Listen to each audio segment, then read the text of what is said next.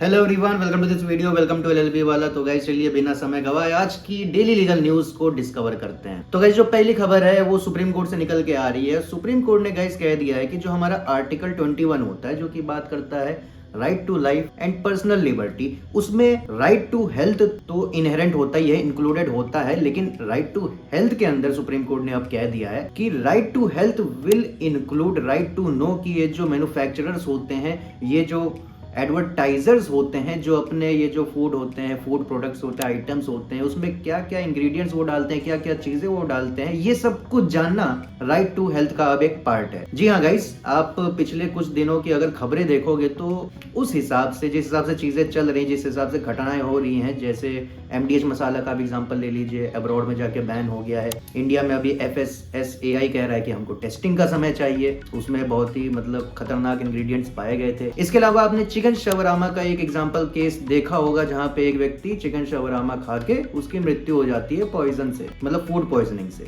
इसके अलावा आप पतंजलि का एग्जांपल ले सकते हो। कोरोनिल भर भर के बाबा रामदेव ने कहा था कि आप हमारा कोरोनिल ले लोगे तो कोविड ठीक हो जाएगा। हाँ, ये फूड आइटम नहीं है, बट स्टिल आप देखोगे कि जो उनके एडवर्टीजमेंट थे कितने ज्यादा मिसलीडिंग थे कि हाँ, एक बार को इंसान मान के उसको कंज्यूम करके ये सोच बैठे कि हाँ, उसको कोरोना से निजात मिल जाएगा इनका कोरोनिल लेने से। तो यहाँ पे कहीं ना कहीं बहुत ही ज्यादा नीड थी कि जो एडवर्टीजमेंट हैं उनको रेगुलेट करने की जरूरत है, specially in the case of health. तो गाइस सुप्रीम कोर्ट ने ये कहा है कि ये जितने भी हमारे मैन्युफैक्चरर्स होते हैं, ये एडवर्टाइजर्स होते हैं, जो डिफरेंट प्लेटफॉर्म पे जाके अपना प्रोडक्ट का एडवर्टीजमेंट देते हैं, उनको अब एक पर्सनल डिक्लेरेशन देना पड़ेगा, सेल्फ डिक्लेरेशन देना पड़ेगा, ये बताते हुए कि उनके प्रोडक्ट्स में क्या क्या इंक्लूडेड है। और जब तक ये चीज अगर वो नहीं करेंगे तब तक वो अपने एड्स को छपवा नहीं सकते कहीं पे भी। इसके अलावा जो हमारे केबल टेलीविजन नेटवर्क जो गाइडलाइंस हैं, उसमें जो एडवर्टीजमेंट कोड है उसको भी कंप्लाई करना पड़ेगा इनके एडवर्टीजमेंट को। इसमें कई सारी गाइडलाइंस है, मैं स्क्रीन पे लगा दूंगा, आप उसको पॉज करके पढ़ सकते हो। जैसे कुछ मेन गाइडलाइंस उसमें ये है कि कॉन्स्टिट्यूशन के अगेंस्ट में नहीं होना चाहिए, कोई भी डिस्क्रिमिनेशन नहीं होना चाहिए,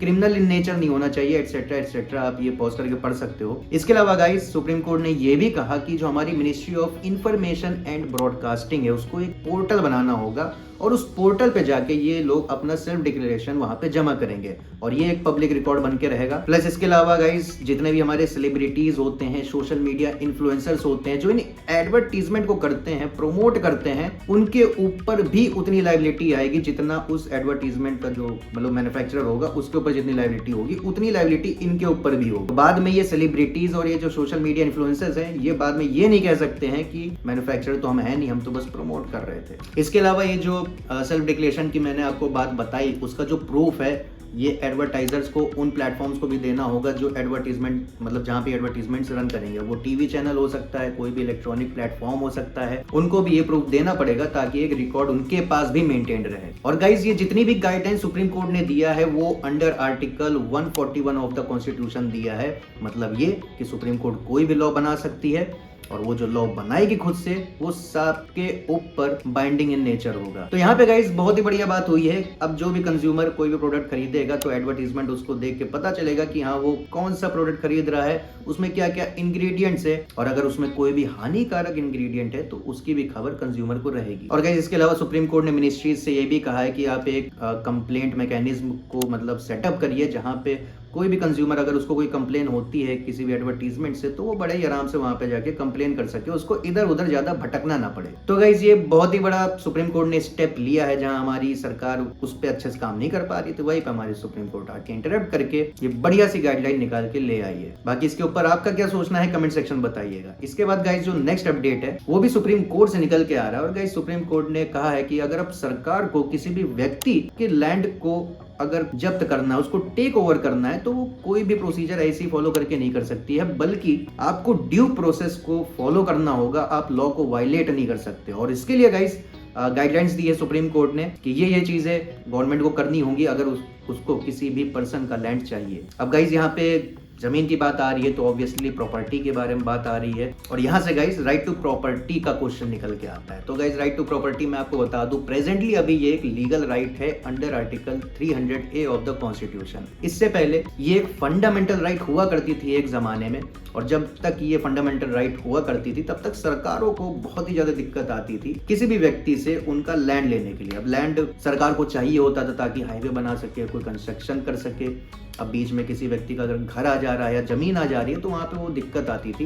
तो यहाँ पे सरकार का भी वैलिड पॉइंट था कि उनको वो जमीन की जरूरत है। तो इसीलिए गाइस 1978 में 44th कॉन्स्टिट्यूशनल अमेंडमेंट करके ये जो फंडामेंटल राइट टू प्रॉपर्टी थी उसको कन्वर्ट करके एक लीगल राइट कर दिया गया अंडर आर्टिकल 300A। अब गाइस यहाँ पे इसका मतलब ये बिल्कुल भी नहीं है कि अगर सरकार आपकी जमीन ले लेती है तो आपके पास कोई राइट नहीं रहेगा, आपको कुछ मिलेगा नहीं, आप रोड पे आ जाओगे, ऐसा बिल्कुल भी नहीं होने वाला है। सरकार अगर आपकी जमीन लेगी तो आपको पूरा प्रॉपर कॉम्पनसेशन मुआवजा दिया जाएगा, अगर जरूरत पड़ती है तो आपका रिलोकेशन भी करवाया जाएगा। आप इसका रीसेंट एग्जांपल आप अयोध्या के ले सकते हो। अयोध्या जो भी सिटी बनी हुई है, राम मंदिर वहां बना हुआ है, तो ये पूरा प्रोजेक्ट कंप्लीट करने के लिए सरकार ने बहुत सारी जमीनें ली हैं लोगों की और उनको कॉम्पनसेशन भी दिया गया है। तो ये चीज है गाइस। अब चलिए समझ लेते हैं कि वो कौन सी गाइडलाइंस सुप्रीम कोर्ट ने दी हैं जो स्टेट गवर्नमेंट को फॉलो करनी पड़ेंगी before taking land of any person. तो गाइस टोटल में 7 गाइडलाइंस हैं। तो गाइस जो पहली गाइडलाइन है वो ये है कि स्टेट की ड्यूटी है कि जिस भी व्यक्ति का वो लैंड लेना चाह रही है उसको अपना इंटेंशन जाहिर करे, उसको नोटिस दे, और इसको कहते हैं राइट टू नो कि हाँ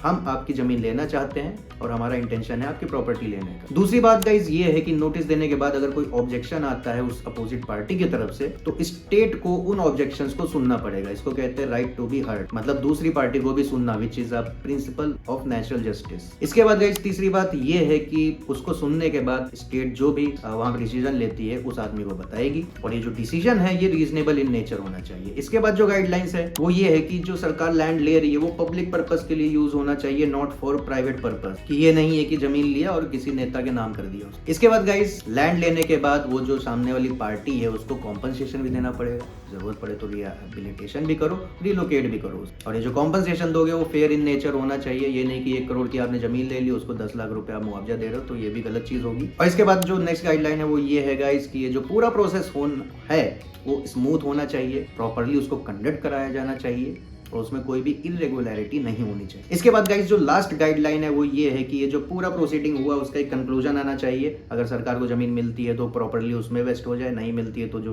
ओरिजिनल ओनर था उसके पास वेस्ट हो जाना चाहिए, और ये पूरा प्रोसेस स्मूथ होना चाहिए विदाउट एनी इरेगुलरिटी। तो गाइस ये सारी 7 गाइडलाइंस है। इसके अलावा गाइस कोई बड़ी कोई खबर थी नहीं, कुछ छोटी छोटी खबरें हैं, जैसे सुप्रीम कोर्ट बार एसोसिएशन के इलेक्शन चल रहे थे, वहां पे कपिल सिब्बल जीत गए हैं, अराउंड शायद 1000 वोट्स पाए हैं। इसके बाद जो इनके जो नेक्स्ट कंटेंडर थे जिनको सबसे सेकंड नंबर पे रखा गया है वो प्रदीप राय जी हैं, वो अराउंड 600 से 700 वोट पाए हैं। तो ये चीज है। इसके अलावा गाइस एक न्यूज और है कि एक आरटीआई फाइल की गई थी कि ऑल इंडिया बार एग्जामिनेशन में कितने लोग पास हुए हैं, कितने लोग फेल हुए हैं। तो वहां पे जवाब आ गया है गाइस, और जवाब ये है कि 51% लोग जिन्होंने इस एग्जाम को दिया था, अराउंड 1.4 लाख लोगों ने एग्जाम दिया था, जिसमें से अराउंड 51% जो कि अराउंड 70 से 75 हजार बनता है, इतने लोग फेल कर गए थे इस एग्जाम। बहुत ही गाइस सरप्राइजिंग फैक्ट है ये गाइस। और यही सारी न्यूज थी आज की डेली लीगल न्यूज के इस एपिसोड में। आई होप आपकी वीडियो पसंद आई होगी। वीडियो अगर पसंद आई तो वीडियो को लाइक कर दीजिएगा। कोई अगर आपका सुझाव हो या अगर आपको कुछ कहना हो तो आप नीचे कमेंट सेक्शन में कह सकते हो। बाकी ऐसी और भी वीडियोस के लिए सब्सक्राइब कर लीजिए LLB वाला। बाकी स्टे सेफ, जय हिंद।